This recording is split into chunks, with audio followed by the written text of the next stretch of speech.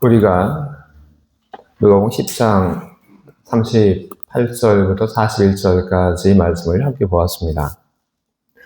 오늘 우리가 함께 보았던 이 말씀 속에는 우리가 많이 들었던 마리아와 마르다 이야기가 기록되어 있습니다.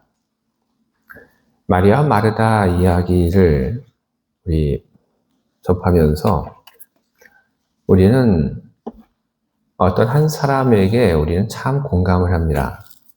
누구에게 우리가 공감을 하냐면 마르다에게 우리는 참 공감을 합니다. 여러분 집에서 부엌일 다들 잘 하시죠? 그렇죠? 우리 집에서 부엌일을 좀 해보신 그런 분들이라고 한다면 그러면 마르다의 마음을 잘 이해할 수 있습니다. 동생이지만 얼마나 그 동생이 얄미웠을까요? 혼자 막 움직이고 바쁘게 막 다니고 하는데 아무것도 안 하고 그냥 앉아있는 그 모습 보면서 얼마나 그 모습이 괘씸하고 미웠을까요? 마르다가 이 동생이 예수님 옆에 가만히 앉아있는 그 모습을 보면서 이 동생에 대해서 얄미운 마음이 자꾸자꾸 쌓여갔습니다. 그리고 그 마음이 다 이제 쌓여서 어느 정도가 넘게 되니까 이제 참다 못하고 폭발한 거죠. 예수님께 얘기를 합니다. 예수님, 이러이러해요. 그리고 예수님께 마르다가 기대하는 것이 있죠. 예수님께서 마르다의 편을 좀 들어주시고 마리아에게 야 마리아 너 이렇게만 있지 말고 언니 좀 가서 좀 도와줘. 마르다는 그런 이야기가 예수님께서 또 하시기를 기대를 했습니다. 그런데 마르다가 예수님께 자기 편을 좀 들어달라고 좀 알아달라고 그렇게 이야기를 했는데 예수님께서 마르다에게 하신 그 이야기는 바랬던 그런 이야기가 아닙니다. 예수님께서는 마리아를 두둔하시는 그런 이야기를 하셨습니다. 많은 사람들이 이 메시지를 가지고 도대체 이 메시지는 어떤 교훈을 우리들에게 남기기 위한 것일까 고민을 하게 됩니다. 그리고 많은 설교자들이 오늘 우리가 함께 보았던 이 본문의 그 사건을 가지고 마리아와 마르다를 대립관계 그리고 갈등 관계에 놓고 이 이야기를 풀어갑니다. 마리아와 마르다가 갈등 관계 그리고 대립 관계에 있다. 이렇게 보게 되면 그러면 그렇게 보는 시각은 필연적으로 섬김이냐 아니면 말씀 듣는 거냐 어떤 것이 더 중요한 것이냐 하는 그런 선택으로 우리를 이끌어갈 수밖에 없는 것입니다. 그런데 오늘 우리들이 함께 보고 있는 함께 읽었던 이 말씀 마리아와 마르다의 이야기 정말로 이것이냐 저것이냐 하는 그런 선택을 우리들에게 이야기를 하고 있는 걸까요? 말씀과 섬김, 이 두 개의 그 가치 가운데 어느 가치가 더 중요한 것인가? 그런 이야기를 오늘 우리들에게 하기 위해서 성경은 우리들에게 이 메시지를 남겨놓고 있는 걸까요? 우리는 예수님께서 하신 말씀을 우리는 하나 주목을 해볼 필요가 있습니다. 마태복음 11장 19절에서 예수님께서 이런 얘기를 하십니다. 인자는 와서 먹고 마시매 말하기를 보라 먹기를 탐하고 포도주를 즐기는 사람이요 세리와 죄인의 친구로다 하니 아멘. 예수님께서 사람들에게 하신 이야기죠. 사람들이 예수님께 대해서 뭐라고 얘기를 하시는지 예수님께서 사람들이 이야기했던 것을 그대로 인용을 해서 대답을 하신 겁니다. 그런데 예수님께서 하신 이 말씀 속에는 아주 중요한 메시지들이 담겨져 있습니다. 어떤 메시지들이 담겨져 있냐면 예수님께서 바라시는 세상, 그런 세상이 어떤 세상인지 그것을 소개하는 메시지가 바로 여기 담겨져 있습니다. 예수님께서 바라는 세상은 어떤 세상이냐면 먹는 음식에 계급이 없는 세상, 그리고 모두가 친구가 되어서 한 식탁에 둘러 앉아서 음식을 나눠 먹는 세상. 예수님께서는 바로 그런 세상을 소망하고 그리고 그런 세상을 예수님께서는 이루기 위해서 열심히 일하셨다고 하는 것을 우리는 볼 수 있습니다. 예수님께서 이렇듯 식탁에 대해서 큰 의미를 부여하고 음식에 대해서 중요한 가치를 발견해 내셨는데 그리고 그것을 전하셨는데 그런 예수님께서 말씀을 듣는 것, 그것만이 중요하고 음식을 먹는 것, 친구하는 것, 그건 아무것도 아니야. 예수님께서 그렇게 지금 여기서 말씀하고 계시는 것은 아닙니다. 예수님은 이것이냐 저것이냐, 섬김이냐 아니면 말씀이냐, 그런 선택을 우리에게 이야기하고 계시는 것이 아닙니다. 오늘 이 이야기는 그렇다면 무엇에 대한 이야기냐면 하나님의 임재의 체험, 경험에 대한 이야기인 것입니다. 여러분, 주님은 어디 계십니까? 우리는 주님이 어디에 계신지 우리는 알고 있습니다. 머리로 우리는 알고 있습니다. 주님은 어디 계시는가? 우리는 이렇게 얘기를 하죠. 주님은 내 안에 계십니다. 주님은 내 옆에 계십니다. 주님은 교회에 계시고 주님은 우리 가정 가운데 계십니다. 우리는 그렇게 이해합니다. 머리로 알고 있는 겁니다.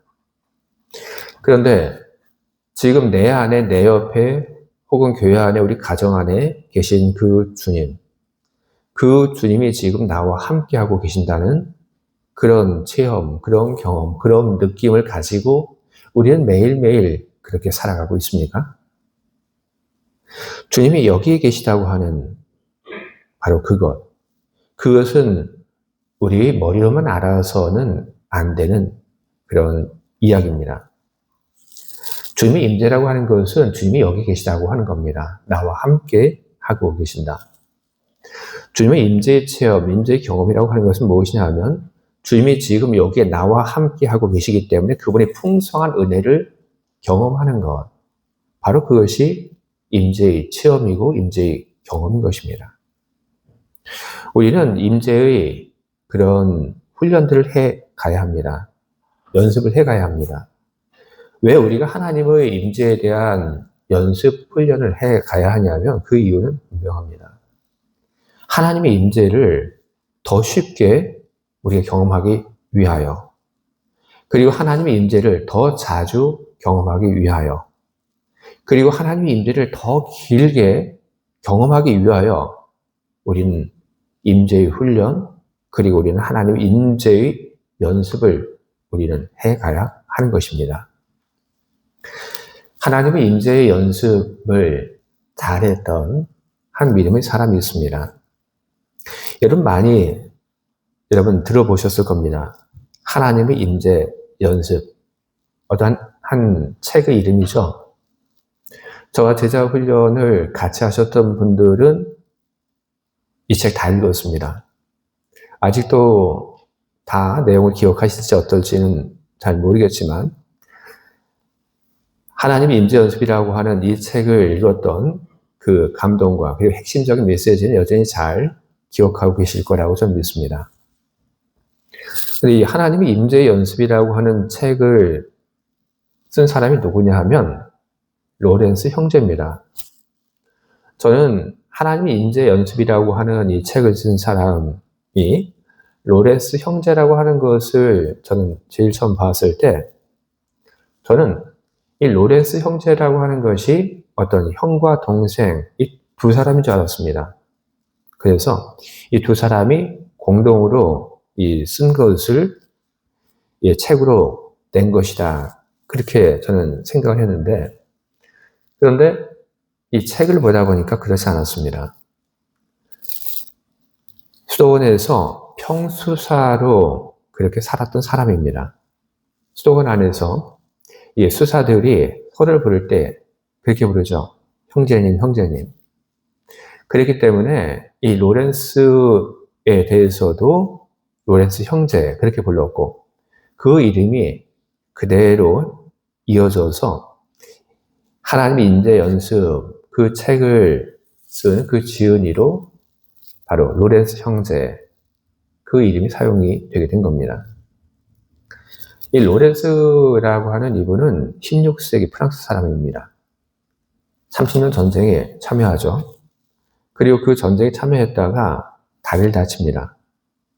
그런데 다리를 다치고 나서 이 치유가 되냐 하면 그렇지 못하고 평생 다리를 저는 장애를 가지게 됩니다. 그렇게 장애를 가지고 살아가다가 수도원에 들어가게 됩니다. 수도원에 들어가서 뭐 대단하고 뭐 위대한 일을 했냐 하면 그렇지 않았고, 그는 수도원에 들어가서 뭘 했냐면 주방에 헛된 일을 했고 신발을 수선하는 그런 잔 심부름을 그는 했습니다. 그는 수도원에 들어가서 그런 일을 하는 것을 그는 썩 좋아하지 않았습니다. 음식 만드는 거 별로 좋아하지 않았고. 그런데 음식 만드는 것을 좋아하지 않으면서 그가 계속 그 일을 했던 그 이유는 뭐냐면 그는 이런 생각을 했기 때문에 그랬습니다. 하나님께서 지금 나에게 뭔가 부족함이 있는 것을 지금 보시고, 그리고 그 부족함을 채우도록 하기 위해서 하나님 나를 여기 보내셨다. 그런 생각을 이 로렌스 형제가 가지고 있었고, 그런 생각 때문에 그는 정말 하기 싫은 일들이지만 그 일을 계속해서 수행해 나갔습니다. 근데 몇 년 동안 하나님께서 뭔가를 채우기 위해서 내가 정말 하기 싫은 일들을 이렇게 시키시는구나 하는 그 생각을 가지고 일을 했는데, 몇 년 후에 이 로렌스 형제의 그 생각이, 마음이 달라지기 시작했습니다. 아니다. 그는 생각을 바꿨고, 그는 자기가 하는 그 일을 다시 바라보기 시작을 했습니다. 이 안에 임재하시는 하나님, 그 하나님에게 내가 집중하자. 그는 그렇게 그는 생각하고 그는 결단했습니다. 그는 자기 있는 그 공간에 자기 하고 있는 그 일에 임재하는 그 하나님을 찾고, 그리고 그 하나님을 발견함으로 그 하나님을 사랑하는 그 마음으로 모든 일을 하기로 결심했습니다. 내가 무엇을 하든지 내가 하나님 사랑하는 마음으로, 이전에 나와 함께하고 계신 그 하나님을 위하는 마음으로 내가 일을 하자. 그렇게 일을 하기 시작하니까 여지까지 해왔던 그런 일들에 대한 마음이 달라지기 시작을 했습니다. 여지까지는 그냥 억지로 해왔는데 하나님을 사랑하기 위해서, 내가 하나님을 위해서 내가 이 일을 한다 하니까 그 힘들었던 모든 일들이 다 즐거워지기 시작했습니다.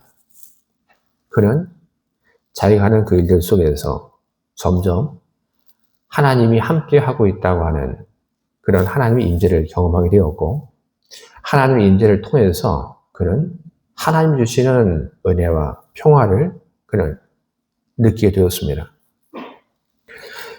그의 모습은 수도원에 있는 다른 사람들에게 긍정적인 영향을 주었습니다. 그리고 로렌스 형제 그 한 사람으로 말미암아 수도원이 달라지게 되니까 이 로렌스 형제에 대한 그 소문이 수도원 밖으로까지 흘러가게 됩니다. 그 소식을 들은 신자들이 로렌스라고 하는 사람이 어떤 사람인가 알고 싶었어요. 보고 싶었어요. 그래서 로렌스라고 하는 그 이 사람이 어떻게 신앙생활을 하고 있는가 그것을 보기 위해서 수도원에 오게 됩니다. 그리고 봅니다. 만나죠. 로렌스가 어떻게 뭘 하고 있나 이렇게 보는데 보니까 특별한 것이 없어요. 그냥 그의 신분은 수도원에서 그렇게 대단한 그런 신분이 아니었습니다. 그는 수도원에서 주방에 들어가서 그냥 접시 닦고 음식을 만들고 설거지하고 그런 일들을 그는 했습니다. 그것을 본 사람들은 제일 처음 실망했어요. 뭔가 대단한 그런 모습을 볼 걸로 생각을 했는데 전혀 대단할 것이 없는 그런 모습을 봤기 때문에. 그러나 그런 평범한 일들, 그런 일들을 정말로 평화롭게 은혜로이 해가는 그 모습을 보면서 실망했던 사람들이 달라지기 시작을 합니다. 그 사람들이 깨닫기 시작을 합니다. 중요한 것은 바로 이것이다.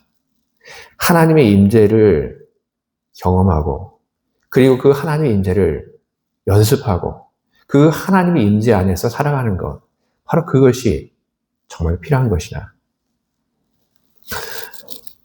로렌스 형제는 그가 쓴 그 글에서 이야기를 합니다. 나의 모든 것 되시는 분께 나의 모든 것을 드리려고 했습니다. 여러분, 이것이 로렌스 형제가 하나님의 임재 그 안에서 살았던 비결입니다. 여러분, 모든 사람은 어떤 상황에서든지 얼마든지 하나님의 임재를 경험할 수 있습니다. 힘들고 어려운 군생활 속에서도 그리고 무료한 일상의 그 반복 속에서도 모든 사람들은 하나님의 임재를 경험할 수 있습니다.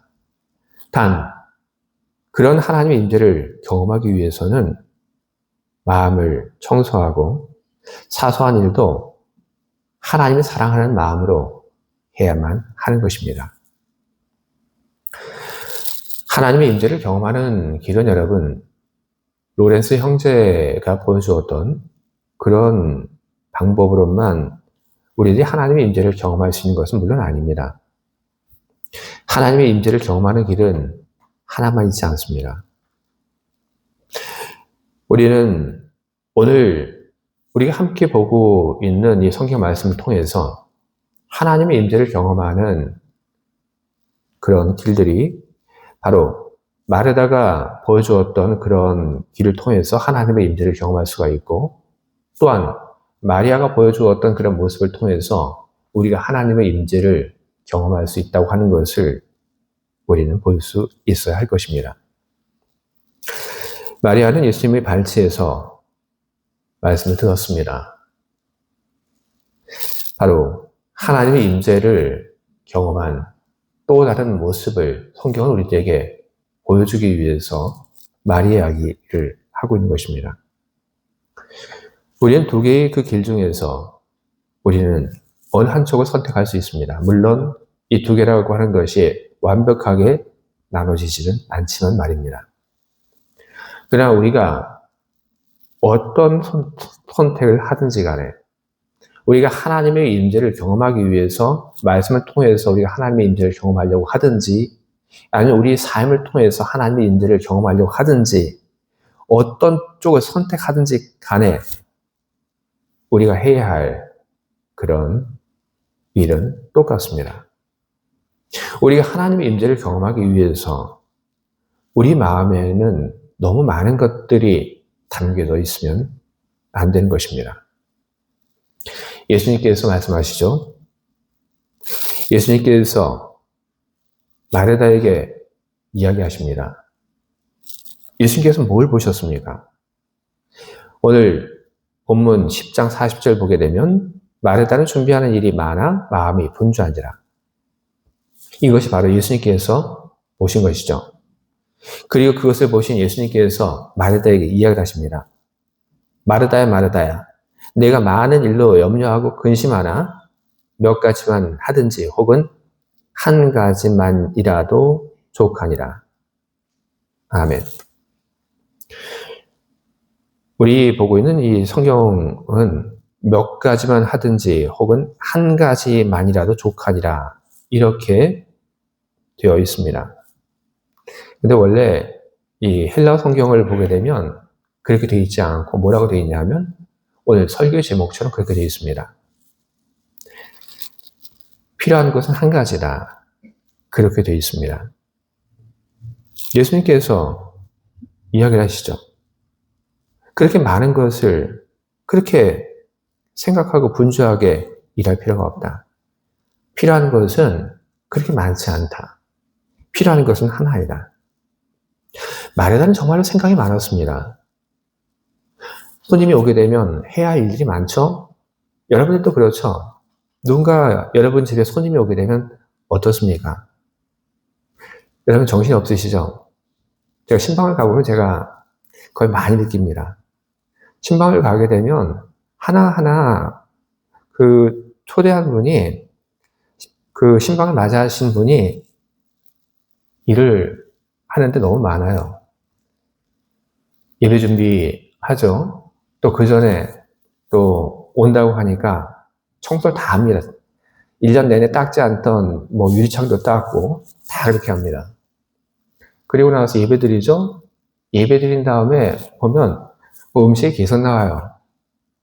뭐 밥 먹기 전에 이거 먼저 드세요 하고 나오고 먹고 끝인 줄 알면 또 나오고 또 나오고. 이게 우리만의 모습이 아니라 이 모습이 바로 마르다의 이야기이기도 했고 그녀의 모습이기도 했습니다. 귀한 손님이 오셨죠. 예수님 혼자만 오신 것도 아니죠.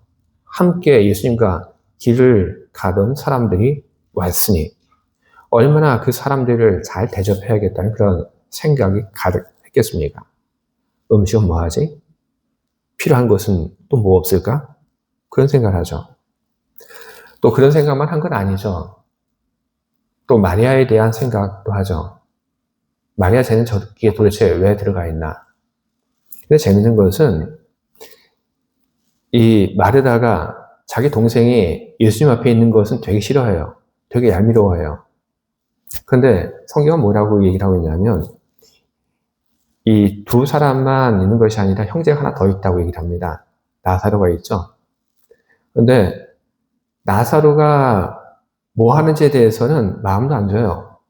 근데 자기 동생이 거기 앉아 있는 것은 되게 싫어해요. 생각이 많았던 겁니다. 이렇게 생각이 많으니 그러니 분주하죠.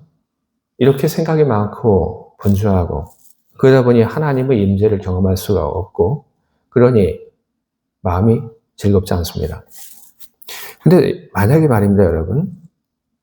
마르다가 지금 거기가 아니라 오병이어의 그 기적이 일어난 그 자리에서 섬김의 일을 맡았다고 한다면 어땠을까요?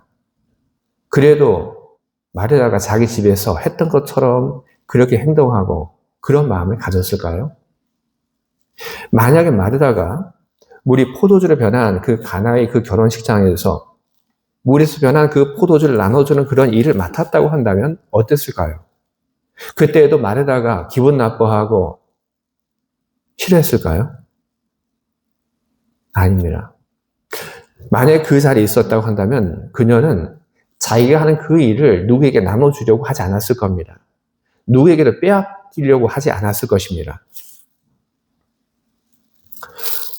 오병이어의 기적의 자리에서 섬기는 마음으로 가나의 혼인잔치에서 봉사하는 마음으로 로렌스 형제가 그 작은 부엌에서 섬겼던 그 마음으로 그런 마음으로 사는 사람은 여러분 어디에 있든지 그리고 무슨 일을 하든지 하나님의 임재를 경험할 수 있습니다.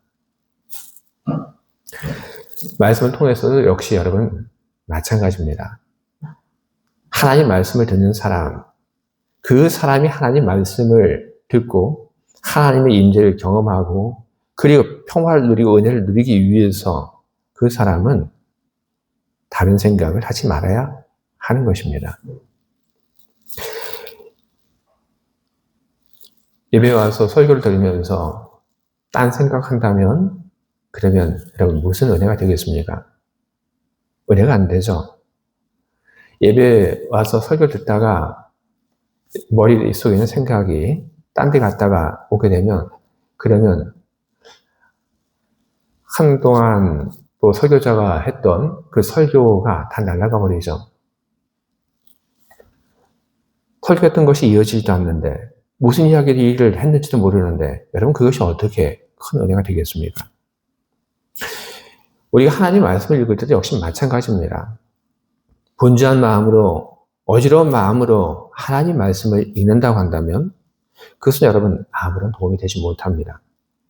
하나님의 말씀을 읽을 때 그때 우리는 어떻게 하나님 말씀을 우리는 받아야 하냐면, 우리는 두렵고 떨리는 마음으로 우리는 하나님 말씀을 받아야 하고, 그리고 우리는 하나님 말씀을 받을 때 우리는 예로, 아멘으로, 우리는 긍정적인 그런 태도와 마음으로 하나님 말씀을 받아야 하는 것입니다.